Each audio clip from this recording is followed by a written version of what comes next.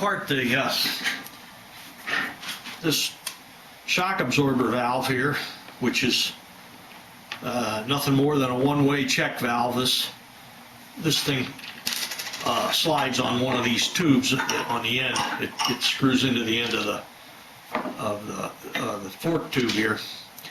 Anyways, why it's just a disc, which as you can see is kind of gooed up, looks kind of stained and rusty looking, but it had really bad goop in there.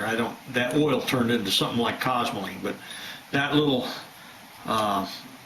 washer fits over those holes, and that's the check valve. This spring goes in there, which is what holds it down on there. It's got a little piece of metal here, a little stamping that you put in there, and then put this snap ring in there to hold it. And what that does is it lets oil go through one way, it goes up in there, but it can't get back out. It has to go out a different way. And that's where you get the resistance. It allows the fluid to go in but not come out. This one has I decided that these tubes here I'm going to use, they came off the 1967 bike, and they're pretty straight, so I think they're pretty good. And the other thing I came up with is that I believe that taking this spring and shock absorber assembly out of here by withdrawing it through the tube this way out the top is not the best way to do it. It's probably not going to work in most cases, because if there's any bend in this tube, you can't get it out. This little piece here is like a piston. The one in the 55 was it was like a fiber stuff, but same diameter. I don't see any differences dimensionally. But I took the thing out through the top, or was trying to, but there was such a bend in this tube, it was hard to do. So I think the most practical way to get them out is to unscrew this off the end. When you take the shock absorber valve off, then this bushing will come off of there, and this unscrewed pretty easily out of the end of the tube. And I think that's the best way to do it. You can get it apart pretty easy if you do that.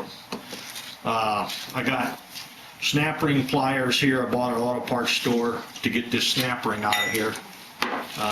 This is a little different than the other pliers I have, in that there's just a lever to change it from internal to external.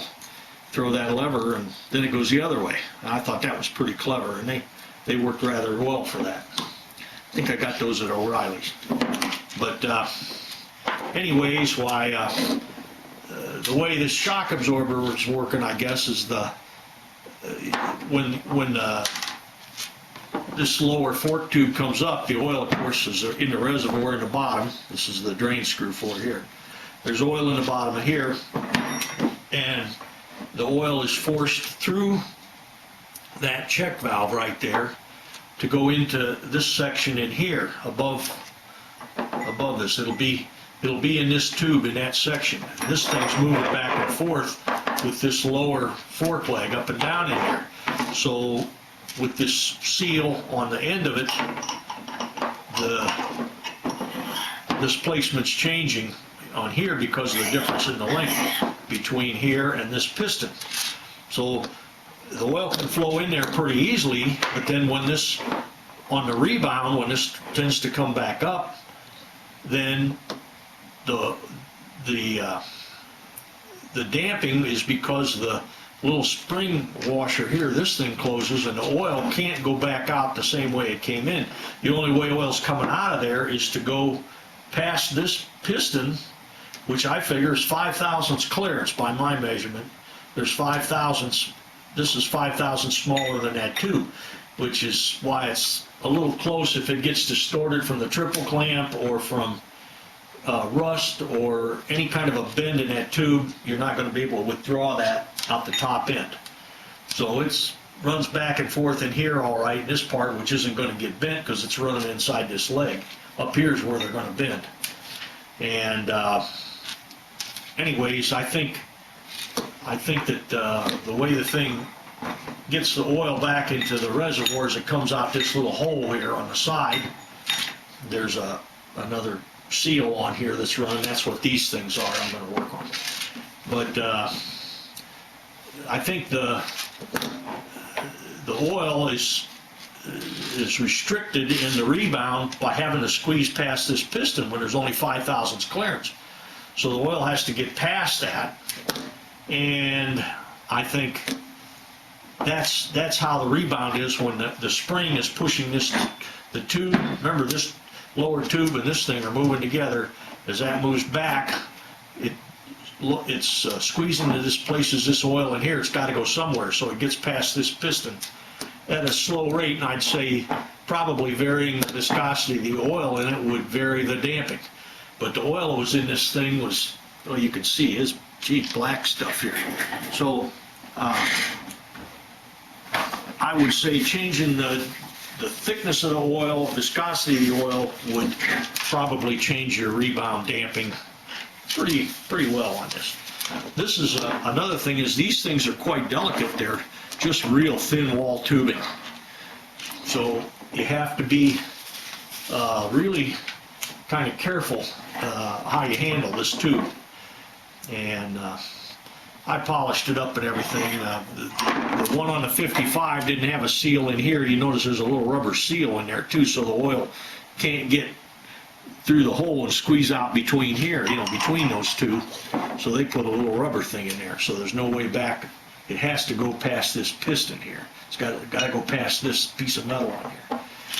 And I do think that was an improvement in '67, that this is probably better than those fiber things they had on it. The seal for the forks goes on here, which this thing screws up in here like that, and that's where you see this original pinion on here. But the seal is just a rubber seal in here and a felt. I might replace that felt with a rubber O-ring. I don't know. Felt holds water. I don't like that. There's no reason for water to, get up in there, but if it did, it's going to tend to hold water, and the water, of course, rusts these tubes here. And these aren't even hard chrome plated or nothing. They're just, I think these tubes are mild steel and not plated with anything. So rust can be something to consider. But the chrome on them's bad. I don't think their chrome was real good on these bikes. I think maybe some of the replacement parts you're getting now are much better plating job than this. But I'm thinking maybe if they it looks like maybe they just flashed it with some nickel, which is what I think I see here is maybe nickel, and then they put the chrome on top. And I don't see any copper on there. This is where it wore through, and if you see a bike when you got these type of, they didn't have the rubber gaiters on them, but that kind of stuff kind of shows you that the forks were bent because it was rubbing here, So I'm going to try to soak these in acid. I washed all the grease and oil off them. You got to have that off first. Then I'll put them in some acid, which will probably eat off the chrome. And because chrome's pretty hard, and I couldn't polish them up very well unless I get that off there.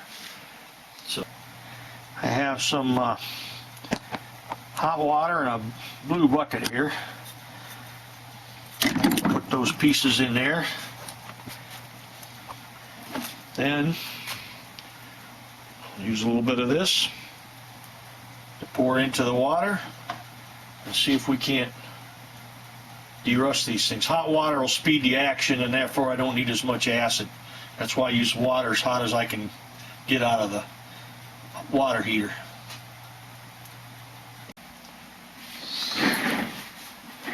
Now, these things been soaking in the acid for a couple of hours now, and you can see where the rust was. It seems to be turning that kind of black, but it has taken off a lot of the chrome. You start to see copper coming through here. So it was copper, probably copper and then nickel and then chrome. I don't know why it didn't hold up better than it did, but I guess since 1955, that's a pretty long time. Now, as you can see, the spots that had worn through, they're a lot bigger than they were, and now I've exposed the copper. I've got all the chrome, and I ate the nickel off there too with the acid. It took overnight. It had to stay in the acid overnight. I'm kind of surprised I had to leave it in that long, but anyways, I've got all that off, and so now I'll put it in a lathe and I'll polish it up and get it nice and smooth. These shock absorber tubes on the inside here, all the weight, of course, of the motorcycle's on the end of this tube, and this is this taper I was telling you about that fits in the bottom of this slider tube on here. And after polishing all this stuff up, I noticed that they have holes drilled in them some places, probably for some porting some oil, a little oil bypass on there.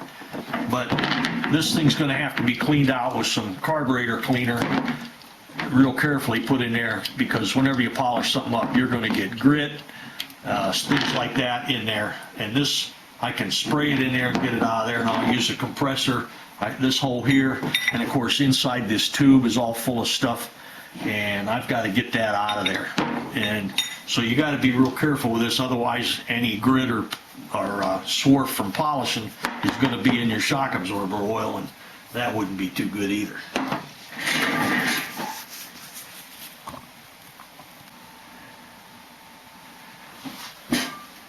Something here that I noticed, these holes that are tapped in this upper triple clamp, those tapped holes go at an angle, but that messes up a lot of people that try to clean out the threads and stuff on these things. They're 7 millimeters and they go in at an angle. I have no idea why they did that, but that's how it works.